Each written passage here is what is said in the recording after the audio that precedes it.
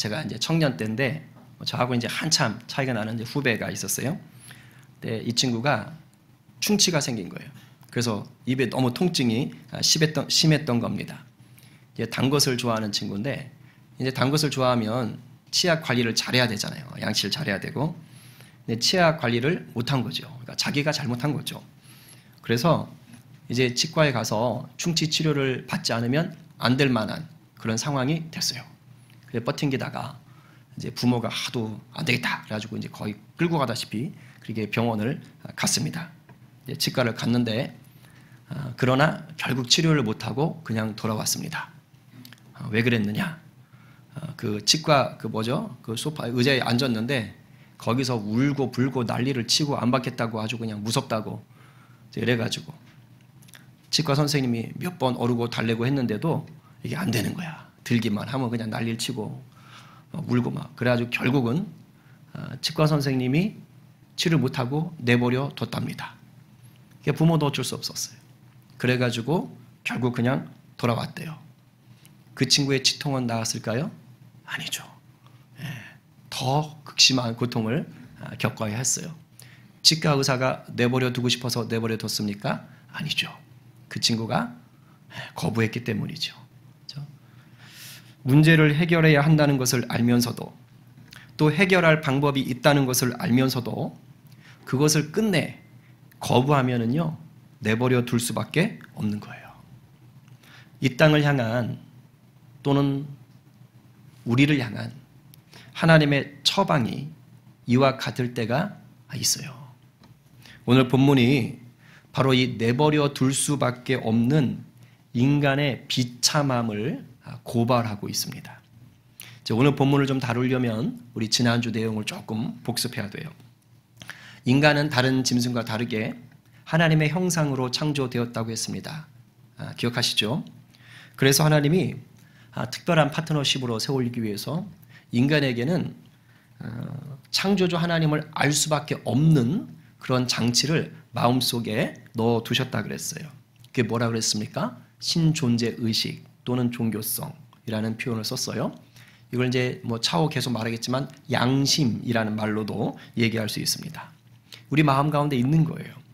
그리고 우리 눈으로도 창조주 하나님의 존재를 더듬어 알 수 있게 하나님이 해두셨다. 그게 뭡니까? 바로 대자연이라고 그랬습니다. 그러니까 인간이 마음만 먹으면 얼마든지 하나님이란 존재를 찾을 수 있도록 하나님이 이미 우리 마음과 이 땅에 문도 길도 만들어 놓으셨다는 거예요. 그런데 인간이 어떻게 살았다고 했어요? 하나님을 거부한 거예요. 진리를 거역하고 불의를 행했다라고 했습니다. 쉽게 말하면 죄를 지은 거죠. 하나님께 영광과 감사를 돌리는 게 너무도 당연하고 마땅한데 그렇게 하지를 않은 거예요. 도리어 마음이 교만해지고 마음이 어리석어지고 어두워졌어요. 그래서 하나님이 창조해 놓은, 이렇게 말하면 좀 애매할 수도 있지만 인간보다 못할 수 있는 그러한 또는 인간과 동일한 그러한 피조물을요 하나님처럼 섬기고 높이는 그러한 어리석은 선택을 했다라고 얘기했습니다. 인간의 이런 어리석은 선택으로 말미암아 하나님의 공의는 진노로 드러난 거예요. 그리고 오늘 본문에서는 이 하나님의 진노가 뭐라고 표현하냐면 내버려 두셨다라고 표현하는 거예요. 그러니까 하나님이 진노하셨는데 그 진노가 뭐예요? 내버려 두셨다. 절수로는 9절인데 24, 26, 28절에 3번이나 내버려 두셨다라고 반복해서 강조를 하고 있습니다. 근데 우리가 내버려 두시는 게 진노야? 라고 하면 조금 의아해할 수 있습니다.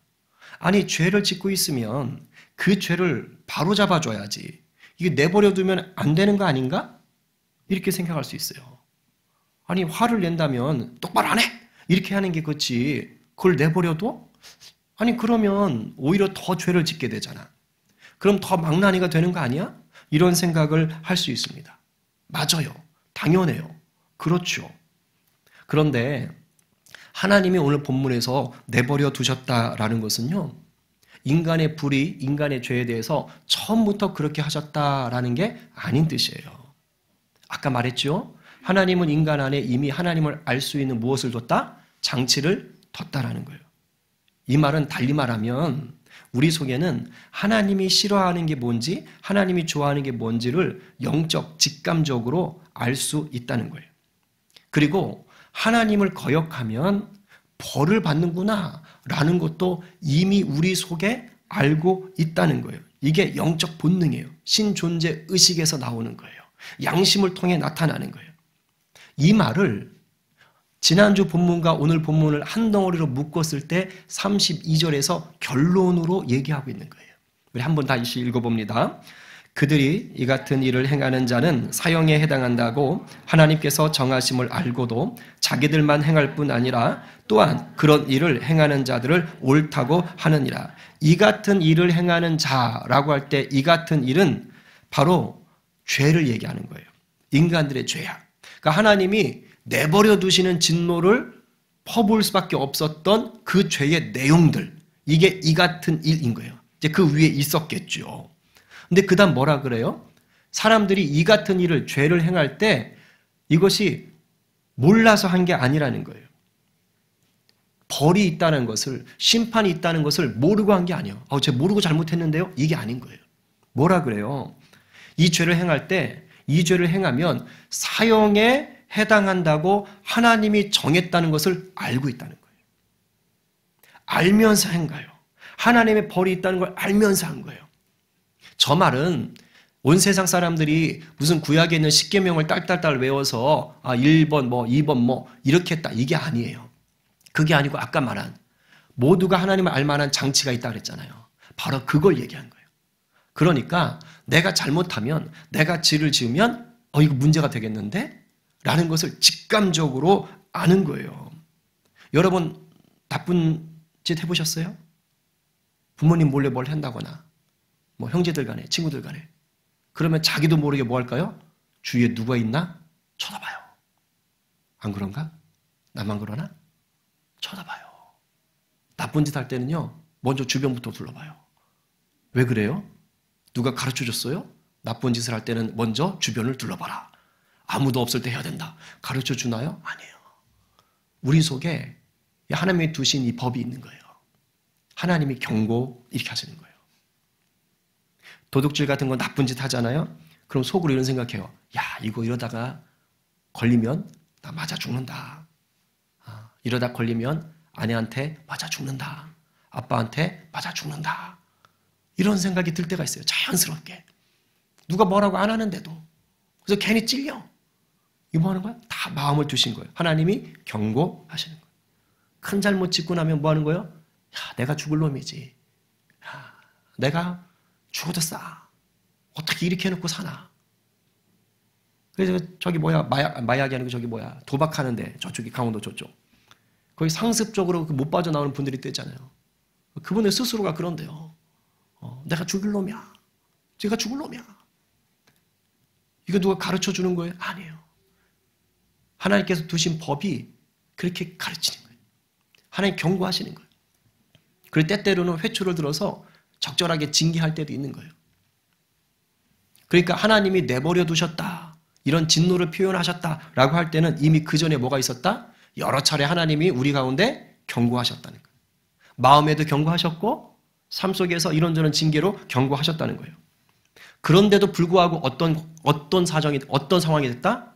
계속 버팅기고 계속 거역하고 죄를 짓는 거예요. 거기다가 자기만 짓는 게 아니야. 똑같이 죄 짓고 있는 사람들한테 잘한다 하고 박수를 치고 있다는 거예요. 여러분, 나쁜 죄는요, 나쁜 행동은요, 전염성이 강합니다. 그래서 꼭 동업자를 만들어요. 절대 혼자서 나쁜 짓 안 합니다. 해서 좋다 싶으면 꼭 끌어들여요. 엠벙반 사건, 요즘 목사방, 저 깜짝 놀랐어. 목사님들이 그런 걸 한 줄 알고 깜짝 놀랐어. 근데 그게 아니라 그 친구들이 교회 조직 체계로 나쁜 짓을 한 거야. 그러니까 그러면 뭐예요? 그 짓을 하는 사람들이, 나쁜 사람들이 막 몰려드는 거예요. 이상해. 이게 악의 속성이에요. 그러니까 지금 오늘 본문에서 얘기하는 그대로 지금 살고 있는 거예요. 그럼 대체 어떤 죄를 지었길래 하나님이 도대체 내버려 둘 수밖에 없었는가? 오늘 아까 말했죠? 내버려 두셨다고 3번 얘기했어요. 근데 이거를 전체로 크게 보면 2가지로 얘기하는 거예요. 크게 보면 2가지. 하나는 성적인 타락. 그리고 하나는 그 외에 나머지 엄청나게 수두룩하게 우리가 알만한 죄악들. 근데 이게 논리적으로 보면 뭔가 균형감이 없어요. 왜냐하면 성적인 타락 하나 얘기하고 나머지의 대다수. 의도가 있는 거예요. 뭐예요? 하나님께서 그만큼 이 성적인 타락에 대해서 심각하게 보고 계신다라는 거예요. 먼저는 24, 25절에 넓은 범위의 성적인 타락에 대해서 언급을 합니다. 한번 읽어봅니다. 시작. 그러므로 하나님께서 그들을 마음의 정욕대로 더러움에 내버려 두사 그들의 몸을 서로 욕되게 하게 하셨으니 이는 그들이 하나님의 진리를 거짓 것으로 바꾸어 피조물을 조물주보다 더 경배하고 섬김이라. 주는 곧 영원히 찬송할 이시로다. 아멘. 여기서 조물주는 창조주예요. 그러니까 조물주 되시는 하나님이 영원히 찬양받으실 분인 거예요. 이게 진리다라는 거예요. 지난주에도 얘기했어요. 그런데 사람들이 어떻게 했다고요? 이 진리를 거짓 것으로 바꿨어요. 즉 뭐예요? 조물주가 아닌 피조물로 바꾼 거예요. 그래서 조물주보다 더 경배하고 섬기는 거예요. 아까 우리 방금 암송했잖아요. 그죠? 새와 짐승, 사람, 기어다니는 모양의 것으로 바꾸는 거예요. 그런데 이런 것들을 경배하고 섬기는데 그 방식이 있을 거 아니에요. 그 방식이 뭐라는 거예요? 서로의 몸을 욕되게 했다.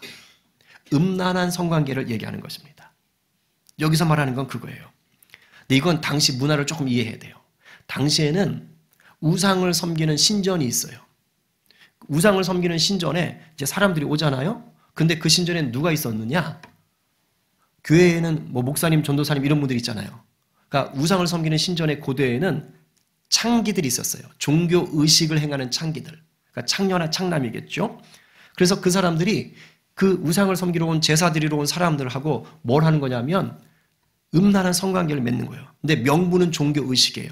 뭐냐? 신을 기쁘게 한다. 그 다음에 다산을 원한다. 풍년을 원한다. 이러면서 종교 의식을 치르는 거예요. 근데 그 모양새가 뭐라고요? 음란한 거예요. 그러니까 이런 우상을 음란하게 섬기는 문화가 이 시대에 가득 차 있었던 거예요. 그러니까 이런 사람들의 삶은 어땠을까요? 그냥 신전에 갔을 때만 이렇고 나와서는 깨끗할까요? 그렇지 않은 거예요. 왜? 문화가 그러니까. 그러니까 일상의 삶조차도 뭐 하는 겁니다? 욕망을 따라서 몸을 욕보이는 그런 삶을 살았던 거예요. 근데 이게 오늘날도 크게 다르지 않아요. 그냥 무슨 우상신전 그런 게 없을 뿐이지 그런 유사한 비슷한 것들이 여전히 있어요. 대표적으로 하나님이 아닌 것을 하나님처럼 교묘하게 이용해서 사람을 섬기게 하는 것들. 이게 대표적으로 이단이에요. 이단. 이단은 하나님 섬기는 것 같지만요. 결국은 사람 섬기게 만들어요. 그런데 JMS라고 여러분 들어보셨지요? 혹시 영상 보셨어요? 뉴스 보셨어요? 그 사람은요. 이 JMS 이 사람은 성중독자입니다. 말도 못해. 아주 음란한 사람이에요. 근데 그 집단 자체가 그래. 근데 거기만 그런 게 아니에요. 이단들이 다 이런 거에 엮여 있어요. 근데 종교단체만 그런 게 아닙니다. 하나님이 아니라 이 땅의 것을 우상으로 삼으면요. 꼭 음란한 것들이 끼어들어요. 특히 이 세대의 가장 큰 우상이 뭐냐면 돈이에요. 만몬. 근데 그거 아세요? 만몬을 인생의 목적 삼고 만몬을 우상으로 삼으면요. 반드시 몸을 더럽히는 행위가 같이 찾아옵니다. 이게 이 시대의 모습이에요. 근데 여기서 끝나질 않더라는 거예요. 지금 이 본문을 잘 보셔야 돼요. 사람들이 여기서 끝나는 게 아니라 이제 여기까지 가니까 마음이 더러운데 이걸 끝내야 되는데 하나님 경고하시는데도 안 들어. 그러니까 나중에 더 더러워져가지고 이제는 아예 하나님의 창조 원리에 정면으로 반박을 하는 거예요. 하나님의 창조 원리, 창조 질서를 아예 어기는 거예요. 하나님이 이 땅을 창조할 때 굉장히 중요한 원리 중에 하나가 뭐냐면 세상에 남자와 여자를 창조하시는 거예요. 처음 창조할 때 남자만 두지 않았고 여자만 두지 않았다는 거예요. 남자와 여자를 창조하셔서 이게 목적이 있는 거예요. 하셔서 둘이 생물학적으로 사랑의 관계를 맺게 하시고 그래서 자녀를 낳게 하신 거예요. 그래서 많은 후손들을 계속해서 나아갈 수 있도록 인간을 창조하셨어요. 이게 하나님의 창조 원리인 거예요. 여러분, 이것은요, 짐승들이 짝짓기해서 본능적으로 그 새끼를 이렇게 종족을 번식시키는 거하고는 다른 차원입니다. 그렇게 보시면 안 돼요. 진화론은 인간을 그런 식으로 봐요. 그거 아니에요. 하나님이 인간을 그렇게 두신 것은요, 복을 주시고 사명을 주신 거예요. 하나님은 인간을 파트너로 삼으신 거예요. 그래서 너희가 땅 끝까지 가득 차서, 그래서 내가 창조한 이 세계를 좀 잘 가꾸어다오. 아름답게 가꾸어다오. 그래서 하나님의 나라를 좀 세워가자꾸나. 이렇게 복을 주시면서 우리를 일을 맡기신 거예요. 그러면 지금 떨락 아담과 하와 둘밖에 없잖아. 그럼 땅 끝까지 사람들이 채워지려면 어떻게 해야 돼요? 자녀를 낳아야 되잖아요. 그러니까 하나님께서 이 일을 감당하게 하시려고 은혜의 복을 주신 것입니다. 그러니까 이 사명을 이루려면, 이 복을 이루려면 반드시 남자와 여자로 결혼하고 자녀를 낳는, 생육하고 번성하는 그런 은혜가 펼쳐져야 되는 거예요. 그래서 할 수 있으면 정말 독신의 은사 받은 게 아니면요, 정말 결혼하셔야 돼요. 할 수 있으면 자녀 많이 낳아야 돼요. 여하튼 본질은 아직 그게 아니니까. 근데 사람들이 어떻게 한 거예요? 하나님 이렇게 창조 원리를 두셨어요. 그런데 마음이 더러워질 대로 더러워지고 음란해질 대로 음란하다 보니까 이제는 아예 그냥 한번 하나님 앞에 한번 덤벼볼까? 이런 식으로 나간 거예요. 그게 26절, 27절 말이에요. 한번 읽어볼게요. 자, 시작. 이 때문에 하나님께서 그들을 부끄러운 욕심에 내버려 두셨으니 곧 그들의 여자들도 순리대로 쓸 것을 바꾸어 영리로 쓰며 그와 같이 남자들도 순리대로 여자 쓰기를 버리고 사로 향하여 음욕이 부릴 듯하며 남자가 남자와 더불어 부끄러운 일을 행하여 그들의 그릇 때문에 상당한 보응을 그들 자신이 받았느니라. 26절에서는 여자와 여자끼리의 성적인 관계를 얘기한 거예요. 그리고 27절은 남자와 남자끼리의 성적인 관계를 얘기해요. 근데 사도 바울이 뭐라 그래요? 부끄러운 욕심이라고 그래요. 그러니까 수치스럽다는 거예요. 부끄럽다라고 표현해요. 왜 그랬을까요? 예, 여기 중요한 단어가 나왔어요. 혹시 한 번만 더 보여줄 수 있나요? 순리가 아닌 영리로 취했어요. 영리로. 순리가 아닌 영리.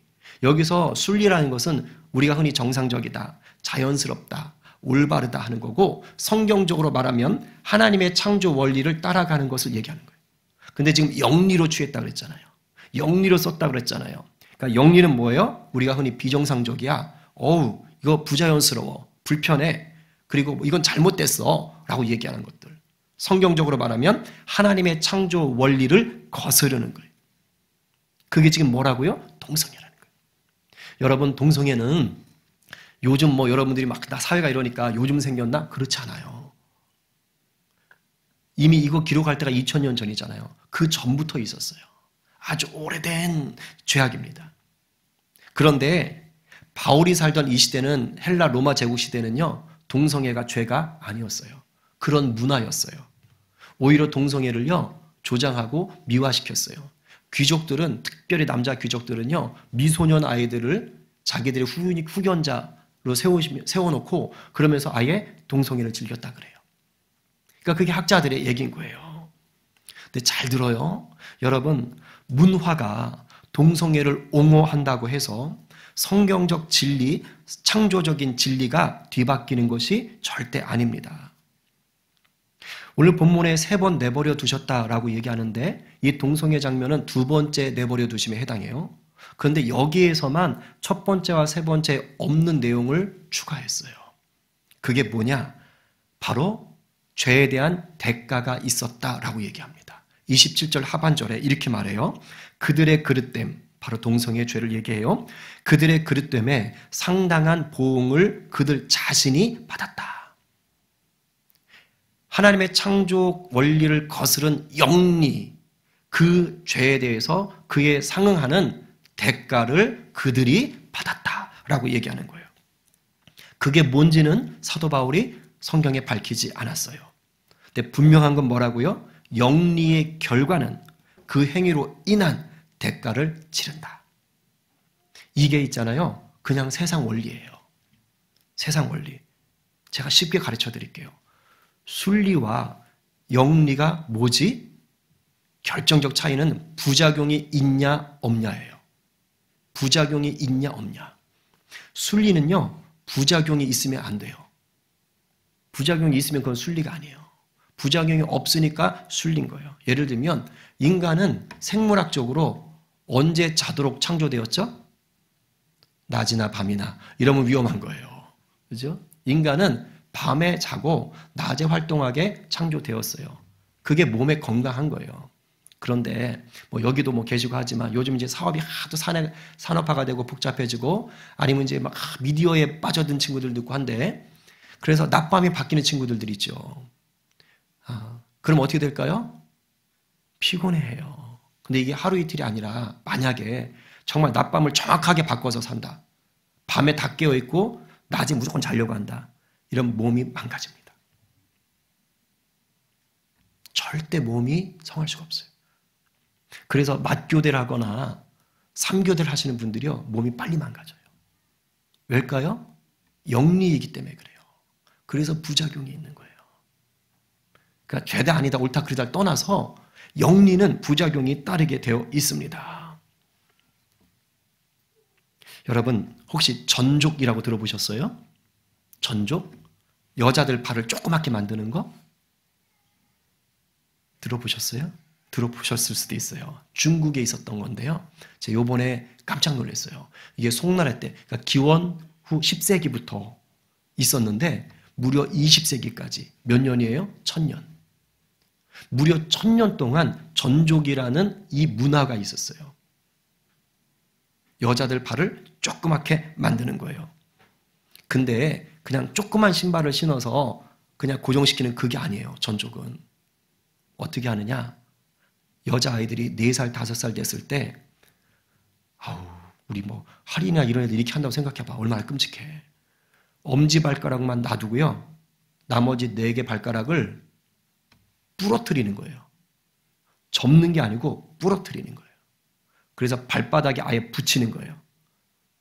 그래서 헝겊으로 칭여매는 겁니다. 그렇게 살게 하는 거예요. 발가락을 일부러 부러뜨리는 거예요. 그래서 10cm를 넘지 않게 만드는 거예요. 10cm 대충 알죠? 여러분 손바닥보다 조그만 거예요. 그거를 1000년 동안 문화로 유지했어요. 여러분 이거 순리일까요? 영리일까요? 100% 영리죠. 왜요? 정상적인 발을 비정상, 장애를 입힌 거예요. 부러뜨려서 저렇게 만들었다니까요. 부작용이 있을까요? 없을까요? 당연히 있죠. 저것 때문에 나중에 이 잘못돼가지고 폐혈증에 걸려가지고 사망하는 아이들이요. 여럿 있어요. 수두룩했다 그래요. 그리고 일단 저게 고정되면 걸음을 제대로 못 걸어요. 걷는 것 자체가 뒤뚱거리고 아파요. 통증을 안고 사는 거야. 순리입니까? 영리입니까? 영리죠. 그리고 천으로 칭칭 동요매놓고 있으니까 그거 잘 안 풀었대요. 악취가 심해가지고. 순리입니까? 영리입니까? 영리죠. 1000년 동안 이어져 온 심지어 저 여자들조차도 저렇게 해야 돼라고 생각했던 문화였지만 저건 순리가 아니고 영리예요. 부작용이 심각했어요. 여러분 동성애를 선천적이다 또는 취향 문제다라고 얘기하는데 그렇다면 이거는 순리적이어야 돼요. 달리 말하면 동성애에 아무런 부작용이 없어야 된다는 거예요. 근데 과연 그렇습니까? 그렇지 않다는 거예요. 동성애 성행위는요 반드시 부작용을 만들어요. 이거 없는 얘기 지어내는 거 아니고요. 제가 음모론 펴는 것도 아니에요. 우리나라의 약사인데 그러니까 전문 의학 지식을 가진 분이죠. 근데 이분이 이제 집사님이세요. 김지연 약사라고 아주 유명한 분입니다. 근데 그분의 이제 방송을 제가 이제 들은 거예요. 근데 그분이 이런 부분에 대해서 정보를 많이 제공합니다. 언론에서는 이런 거 안 나와요. 왠지 알아요? 언론법으로 막아놨어요. 그래서 우리가 잘 모르는 거예요. 근데 이분이 얘기를 하는데 그분 얘기한 걸 참고해서 제가 몇 가지만 말씀드리면 미국 질병관리본부 이거 그냥 누가 카더라가 아니라 한 나라가 얘기하는 거예요. 이 동성애, 동성혼 이런 것들이 이미 퍼져 있는 그 미국 질병본부에서 자기들이 거기 국가기관 홈페이지에 올려놓은 거예요. 미국에서 에이즈에 걸린 남자들 중에 70%가 남성 동성애자들이다. 라고 자기들이 통계를 낸 거예요. 여러분, 이렇게 통계 냈다는 건 다른 곳도 양상은 비슷하다는 거예요. 에이즈가 순리입니까? 영리입니까? 영리죠. 절대 순리가 아닙니다. 영국 보건복지부에서 자기들이 올려놓은 거예요. 동성애자들한테 이질의 위험성이 높으니 조심하라. 장갑을 이용하라. 이런 식으로 아예 경고하고 있어요. 여러분, 이질은 영국은 후진국입니까? 선진국입니까? 선진국이죠. 이질은요, 후진국병이에요. 개발도상국병이에요. 왜 그러냐면 대변이 입으로 들어가서 생기는 거거든요. 선진국에 그런 거 없어요. 그런데 지금 이 동성혼이 통과된 나라들에 이런 것들이 다시 번지는 거예요. 영국에서 보건복지부에 자기들이 공개를 해놓은 거예요. 왜 그런지는 아세요? 대변이 입으로 들어가는 거예요. 그런 일을 하는 거예요. 그러니까 조심하라고 하는 거예요. 왜? 정상적인 약이 잘 안 듣거든요. 그러니까 얘기한 거예요. 덴마크하고 노르웨이는 세계에서 동성혼, 동성애 같은 것들이 일찍이 열린 나라예요. 자, 일찍 열렸다는 건 뭐예요? 세월이 갔다는 것이죠.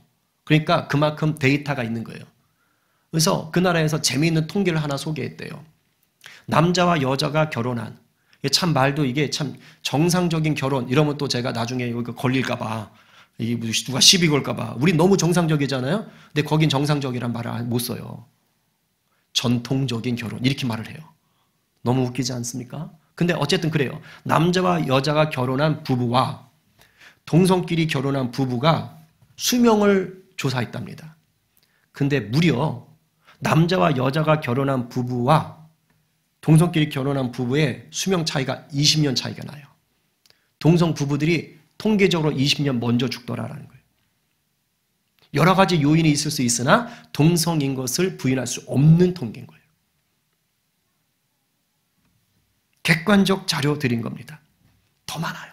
퀴어 축제 난리죠. 여러분, 퀴어 축제 한번 하고 나면 A형 간염이 그만큼 높아진대요. 엄청 높아진대요. 이거는 자기들이 통계를 내서 제시하는 거예요. 왜? 조심하라고. 조심하라고. 순리입니까? 영리입니까? 영리입니다.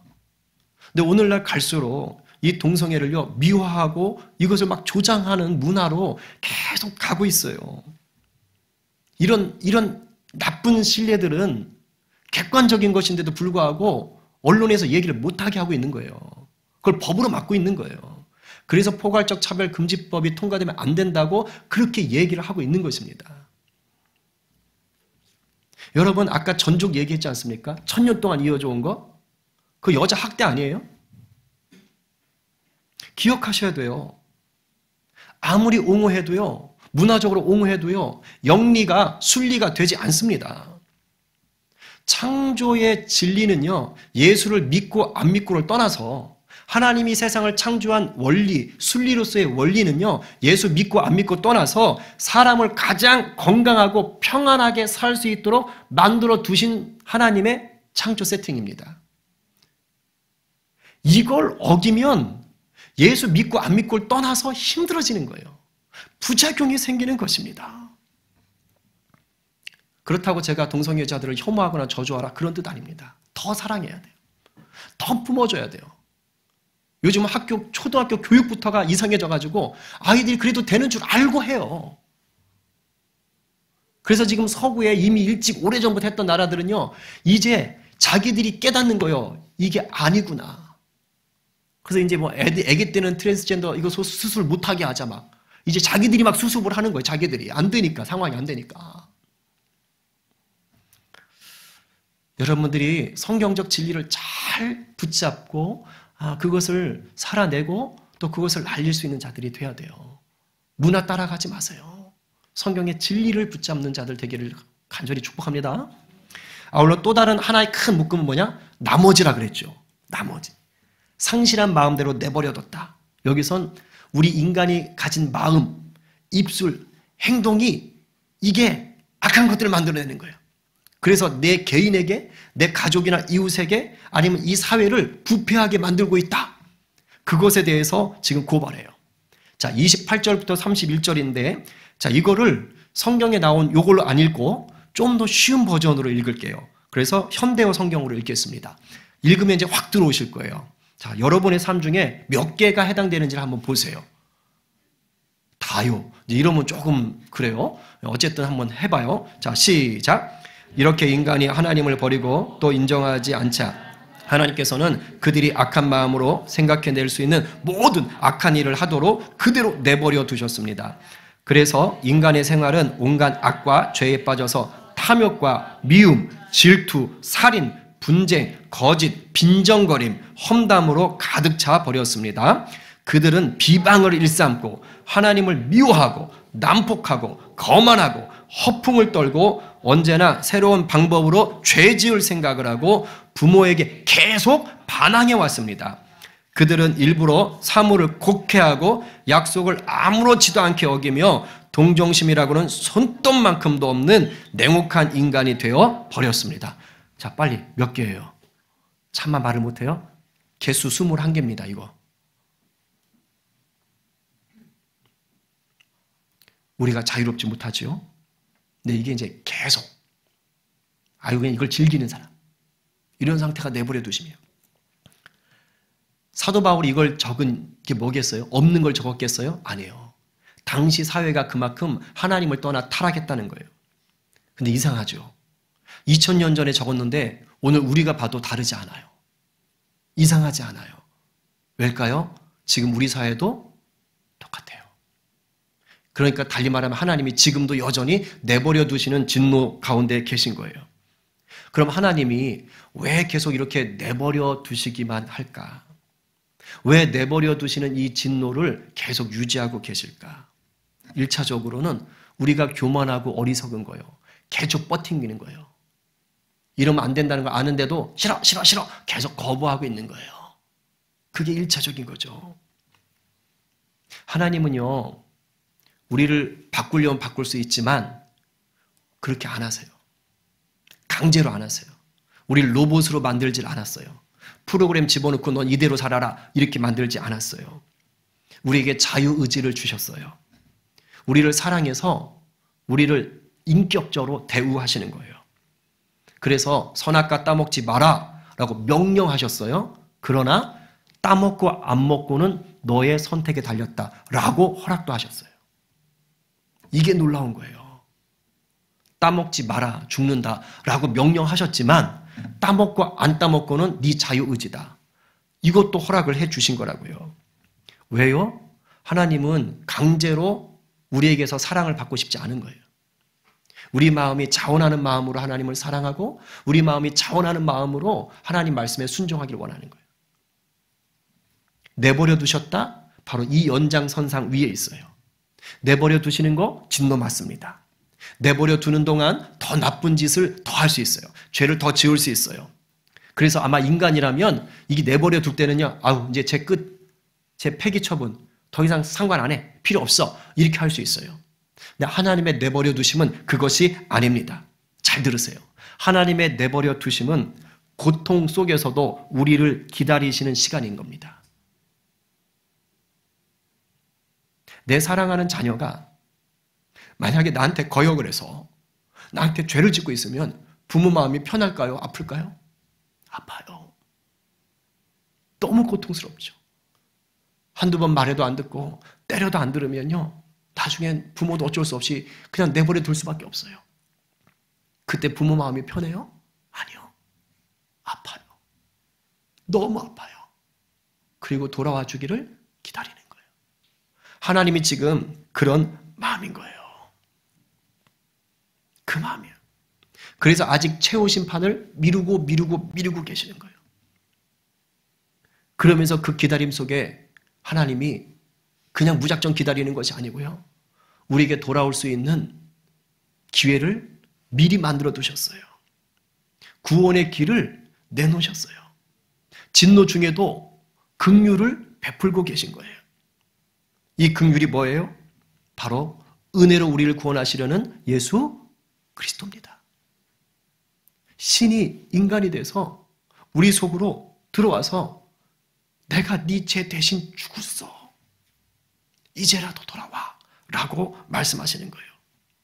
이 얘기를요, 지금 오늘 본문 끝나고 2장에서도 계속 죄에 대해서 얘기해요. 특별히 유대인의 죄에서 얘기하고 하나님이 이 얘기를 3장에 가서야 말씀을 하세요. 이렇게 말씀하세요. 읽어봐요. 시작. 모든 사람이 죄를 범하였음에 하나님의 영광에 이르지 못하더니 그리스도 예수 안에 있는 성령으로 말미암아 하나님의 은혜로 값없이 의롭다 하심을 얻은 자 되었느니라. 그리스도 예수 안에 있는 성령이 뭐예요? 예수님이 대신 죽었다는 뜻이에요. 이 얘기를 3장에 가서야 하시는 거예요. 내가 기다려주는 이유, 내가 내버려두는 이유가 뭔지 알아? 돌아오라고. 네가 그렇게 싫어서 그러면 그래 알았어. 그래 네 마음대로 해봐. 그러나 돌아오라고. 근데 돌아올 때 어떻게 돌아갈지 모를까 봐 우리 주님이 이미 진노하시기 전부터 뭐 하는 거예요? 돌아올 길을 두셨던 겁니다. 여러분 우리가요 하나님의 내버리심 속에서 어리석게 행동할 때 있어요. 부모가 싫어하는 줄 뻔히 알고 친구가 싫어하는 줄 뻔히 알고 사회가 싫어하는 줄 뻔히 아는데도 죄를 탐하고 즐기고 이게 좋다 이러면서 살 때가 있어요. 그런데요 저도 경험해봐서 아는데요 가끔 가다가 이건 아닌데 내가 이렇게 살면 안 되는데 이런 생각이 딱 들 때가 있어요. 바로 이때입니다. 이게 하나님이 우리 가운데 다시 한번 사인 주는 거예요. 바로 이때가 예수님을 만날 수 있는 골든 타임. 다시 말하면 구원을 위한 카이로스예요. 이게 아닌데. 그때 회개하고 십자가 앞으로 나오면 뭐예요? 하나님이 그래 내가 얼마나 기다렸는데 하면서 다시 자녀로 품어 주시는 겁니다. 여러분 사도 바울이 이 로마서를 쓸 때 로마에서 쓴 게 아니에요. 고린도라는 도시에서 썼어요. 그런데 고린도라는 도시는요 오늘 본문에서 얘기했던 이 많은 죄들이 아주 그냥 서로 경쟁을 하던 아주 죄가 가득한 음란한 타락한 그런 도시입니다. 그래서 고린도 사람이라는 말 자체가 음란한 사람이라는 그런 뜻이 있을 정도예요. 오늘 본문에서 말하는 그런 죄가 가득해. 근데 그거 아세요? 바울이요 이렇게 타락하고 음란한 도시에 가가지고요 복음을 전해요. 하나님이 그냥 내버려 둘 수밖에 없는 그런 지독한 타락에 있는 그런 도시에 가서 바울이 예수 믿으세요. 창조주 하나님의 원리를 따라 삽시다. 복음을 전해요. 근데 어떤 일이 벌어진 줄 아세요? 그 복음을 붙잡은 사람이 나온 거예요. 그래서 고린도 교회가 세워진 거예요. 그래서 이 편지를 고린도 전서라는 후서라는 편지를 보낸 거고요. 그 타락의 땅, 그 어둠의 땅에요. 빛으로 나온 자들이 있는 거예요. 그 죽음의 땅에서 생명으로 옮겨진 자들이 있는 거예요. 놀라운 일이 생긴 거예요. 그래서 사도 바울이 고린도에 편지를 보내는 거예요.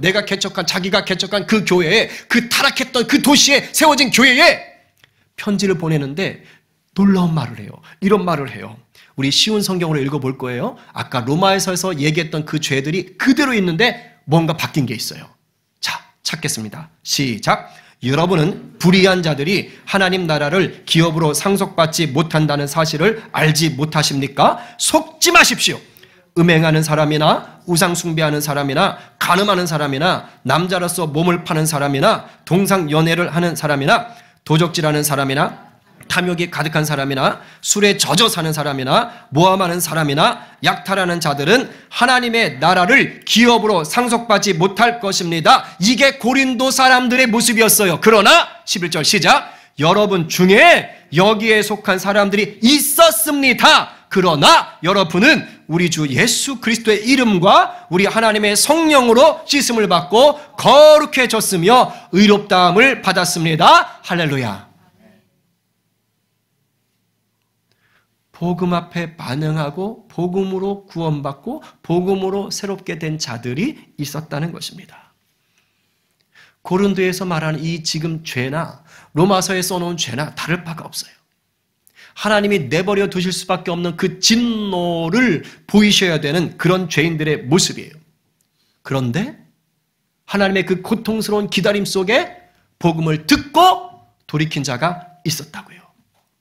혹시 지금 우리들 가운데 하나님의 내버려 두심 속에 있는 그 진노 가운데 있는 것 같은 그런 삶을 사는 분들이 계실 수 있어요. 고통 속에 기다리고 계신 하나님의 감추어진 사랑 가운데 지금 거닐고 계신 거예요. 믿음의 눈을 여시면 여러분 앞에 놓여있는 구원의 문, 사랑의 문이 보입니다. 그 문을 열면 우리 주님과 더불어 먹고 마시고 다시 한번 자녀로서의 친밀함을 누릴 수가 있습니다. 저는 오늘이 바로 그날 되기를 소망합니다. 오늘 누가 내버려 두시는 하나님의 진노 속에서도 긍휼을 베푸시는 우리 주님의 손을 붙잡으시겠어요? 오늘 누가 내버려 둔 것 같은 이 세대 속에서, 이 문화 속에서 바울처럼 생명의 복음을 외치며 죽어가는 영혼을 돌아오라고 불러내는 바로 그 한 사람이 되시겠어요? 이 말씀 앞에 아멘으로 화답하며 은혜의 복음 위에 굳게 서기로 결단하는 저와 여러분 모두가 되기를 간절히 축원합니다. 우리 이 시간 말씀을 좀 기억하며 기도할까요?